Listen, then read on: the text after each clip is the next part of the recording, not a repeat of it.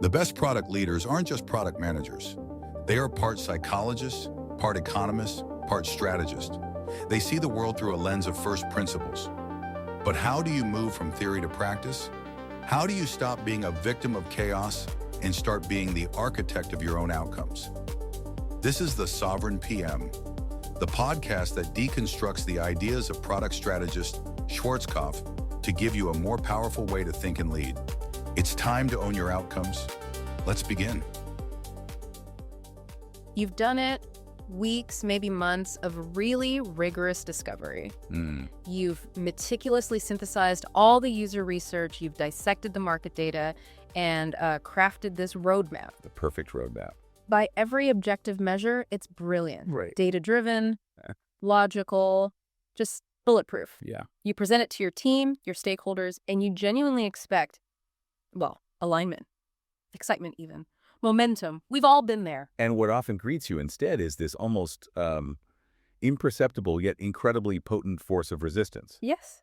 Subtle, but it's there. An engineer starts to subtly question the technical feasibility of, well, every feature. Right. Or a key stakeholder who seemed totally on board last week. Suddenly has a whole list of new deep concerns like, where did those come from? And team velocity diffs. The energy in the room just shifts. It goes from collaboration to this quiet, kind of passive opposition. Yeah, that quiet opposition is the worst. So your logic was flawless, Yeah. your business case impeccable. What on earth went wrong? Well, here's the really uncomfortable biological truth of it all.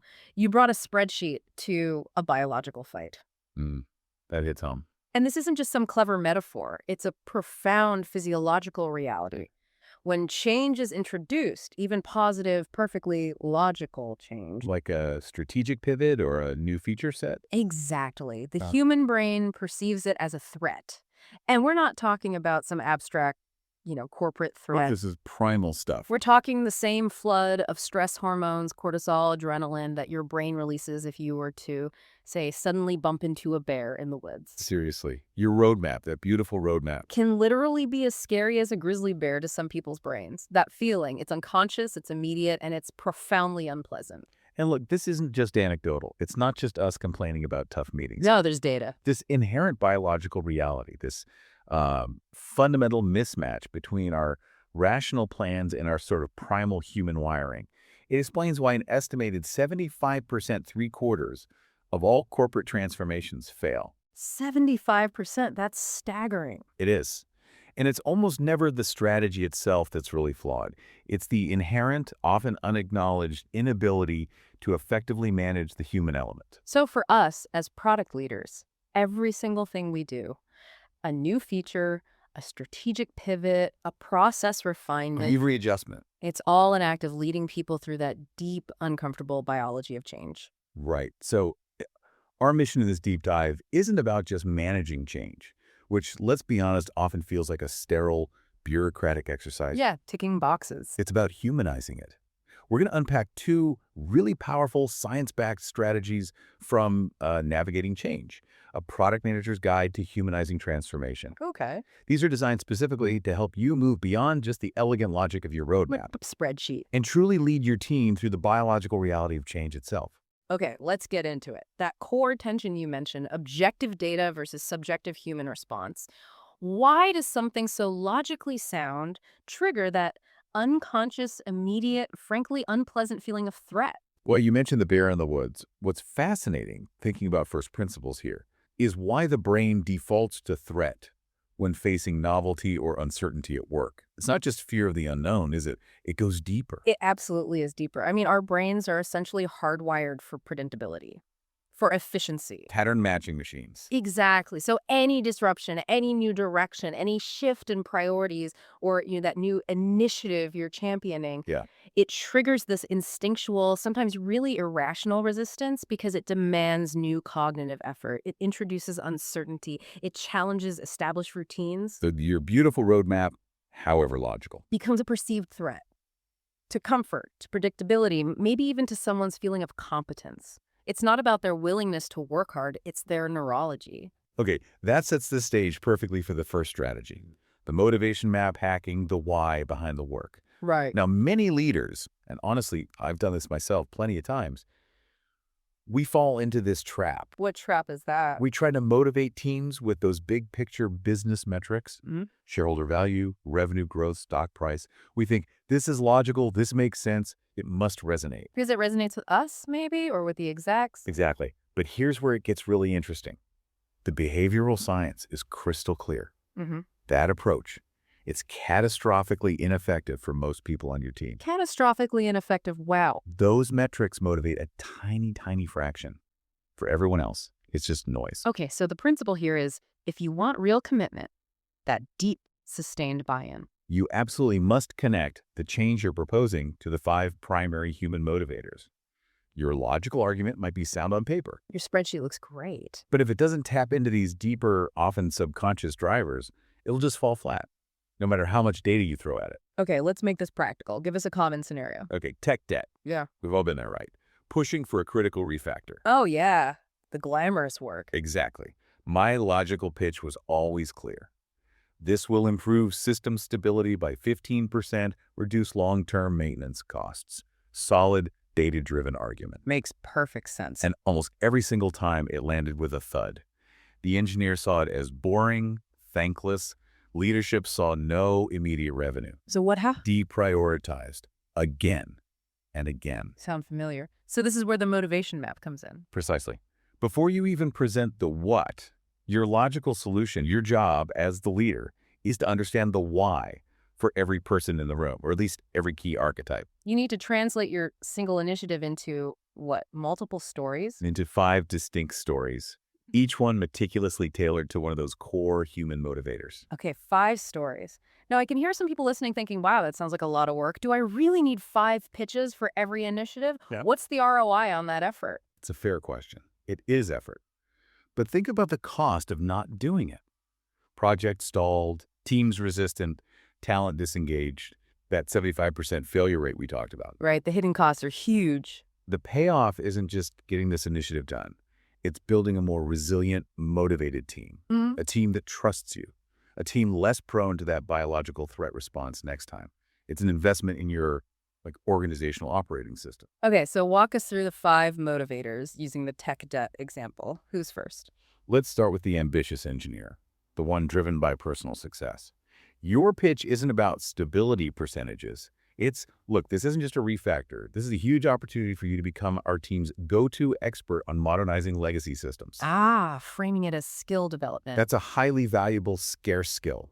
This makes you the leader for future architectural decisions here. You're speaking their language. Okay, got it. What about, say, the empathetic designer, the one who really cares about the customers? For them, you connect it directly to user pain. I know this feels like back-end stuff, but that's tech debt. It's the root cause of those slow load times users complain about constantly. They need to get tangible. Fixing this directly reduces their daily frustration. It makes our product feel fast, delightful. You're literally giving our users back their time. Nice. Okay, who's next? The collaborative team lead. The one invested in the team environment. Your story for them focuses on their daily reality. This legacy code, it's a constant source of stress, friction, those late-night bug hunts for our team. The silent killer of morale. Exactly. Tackling this now is a direct investment in our own sanity. It makes day-to-day work more enjoyable, less frustrating for everyone. Think of it as a gift to the team. I like that framing. Okay, 2 more. The idealist, driven by community or mission. For them, you elevate it. Our company's mission is to state the mission. Honestly, our slow, unstable platform is a direct threat to achieving that. Connecting the dots. It limits our reach, frustrates the very people we aim to serve. Building a resilient foundation ensures we can continue to serve our community, to have the impact we all want. This is about protecting our collective purpose. Powerful. And finally, the brass tacks person. The executive, the sales leader, focused on financial results. For them, it's pure ROI. Every single hour our engineers spend patching this mess is an hour they are not building revenue-generating features. It's a direct drag on the top line. Opportunity costs. This investment will pay for itself in 6 months through increased velocity and our ability to finally ship those enterprise features our biggest customers are demanding. This isn't cost savings, it's revenue acceleration. Wow. Okay, the power there is really clear. By speaking to all 5 motivations, you take something potentially boring Like tech debt. and turn it into a mission everyone can connect with based on what they care about. You're not just a manager pushing a spreadsheet anymore. You become a storyteller, a translator, translating one goal into the language of your audience. And look, it's not manipulation. No, it feels like deep empathy, strategic communication. Exactly. Now, let's pivot. Strategy number 2. The cognitive load audit, measuring your team's true capacity. Okay. Cognitive load. Most organizations, and let's be honest, most of us product leaders, we manage change by looking at activity, Jira heat maps, ticket counts. Assuming everyone has infinite capacity. We assume this infinite static capacity to just absorb more. Yeah. New work, new processes, new initiatives. We treat people like CPUs. Yeah, like resources. But what happens when that fundamental assumption is just profoundly wrong? It breaks. Everything breaks. It's a foundational error, and one I've definitely made. Me too. The principle here is simple but crucial. Individual capacity isn't infinite. It's dynamic. It fluctuates. Affected by work, by life, everything. Everything. And here's the key distinction. Cognitive load isn't just about workload. It's a function of 2 things. Capacity, their available time and energy. Okay.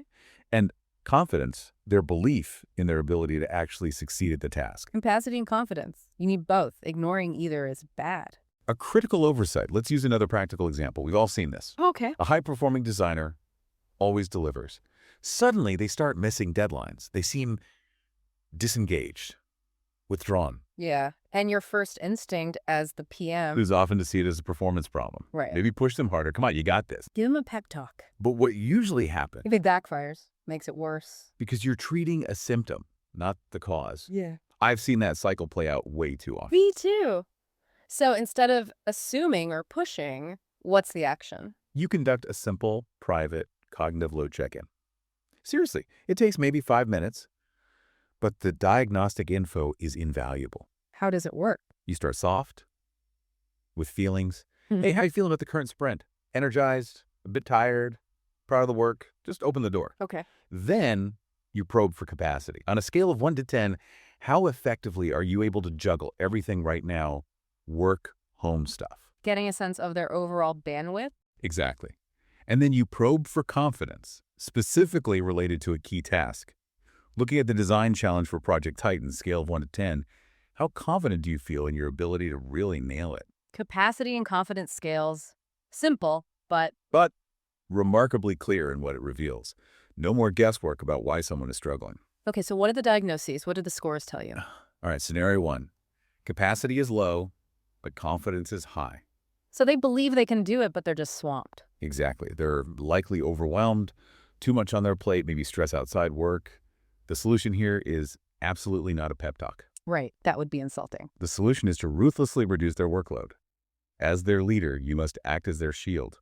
De-scope. Protect them. Give them space to recover. You're protecting the asset. Makes sense. What's scenario 2?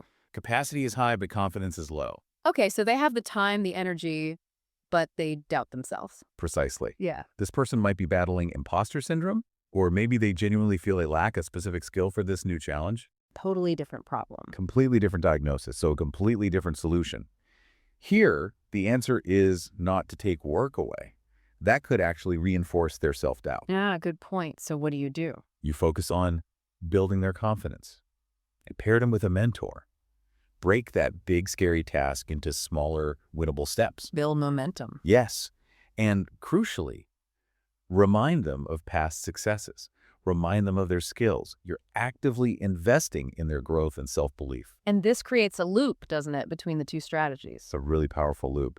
When you do that cognitive load audit and see someone struggling low capacity, low confidence. You can then use the motivation map insights. Exactly. You can remind them of their personal why. Remember that engineer feeling overwhelmed by the architectural project? Yeah. You connect it back. Hey, remember why we're doing this. This is your chance to lead the architectural vision, to really make your mark. That targeted motivational nudge, Tied to their specific driver. applied right when their confidence is shaky, can significantly boost them, help them overcome that biological resistance. It's about being a practical psychologist, not just a project manager. So to wrap this up, what does this all mean for you, the product leader listening right now? I think it means the greatest product leaders aren't just brilliant strategists. They are, in essence, practical psychologists. Yeah. They deeply grasp that every single product decision, tiny tweak or huge pivot, is fundamentally a change management challenge.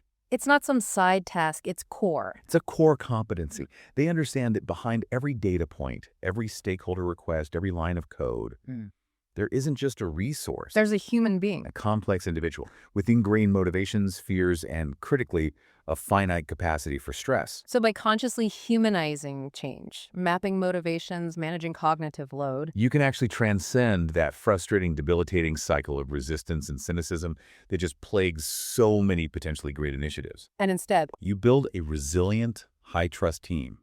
A team that doesn't just endure change, but actually embraces it, sees it as an opportunity for growth, for innovation. okay, so a final thought for everyone listening to mull over. Yeah, think about a significant change initiative happening right now in your organization.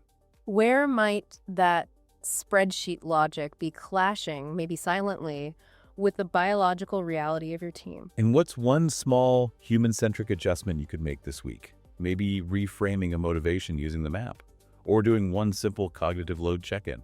What small shift could unlock a move from that quiet resistance to genuine embrace? Something to really think about. We'd love to hear your insights on this in the comments.